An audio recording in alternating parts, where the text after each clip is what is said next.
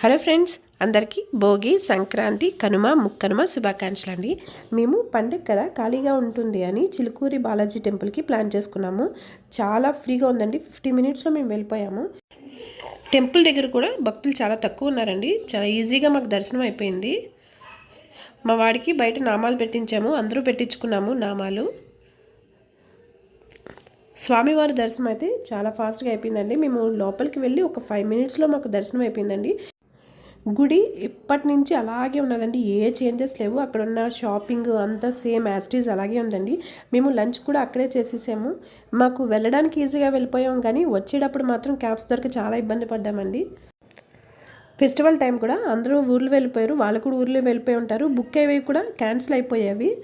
చాలా టైం పట్టింది. ఆల్మోస్ట్ ఒక 2.5 అవర్స్ మేము అక్కడే కూర్చున్నామండి. ఆ తర్వాత స్టార్ట్ అయ్యాము. మరొకసారి అందరికీ హ్యాపీ పొంగల్.